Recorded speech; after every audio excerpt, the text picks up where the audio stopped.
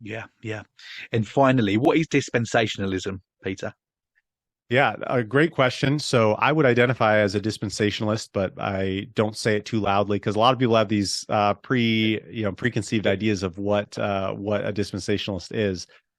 Basically, dispensationalist at its core is somebody who holds to a literal interpretation of Scripture, and in so doing, recognizes that there's going to be a future for Israel. So the church and Israel are not the same, and I think that that's a key component of dispensationalism, and that there's going to be a future 1,000-year literal kingdom to come.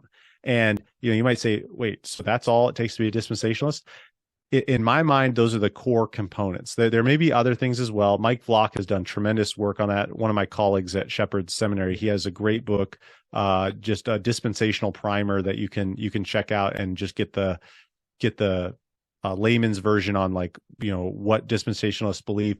A lot of people just throw out confusing things, but at its core, there's just an intrinsic belief in the literal interpretation of Scripture, an understanding that God works with in different ways at different times. We understand that.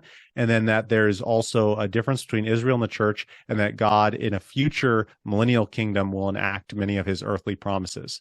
And so related to baptism, one of the reasons that dispensationalist view would reject infant baptism is because we would recognize a difference between Israel and the church. So the entrance into the covenant community for Israel is not necessarily the same as the entrance into the covenant community of the church. So that's one area. And then also recognizing a difference between the covenants, between the Abrahamic covenant and the new covenant, for example.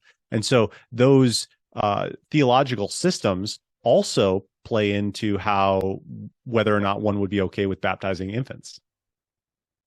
Yeah,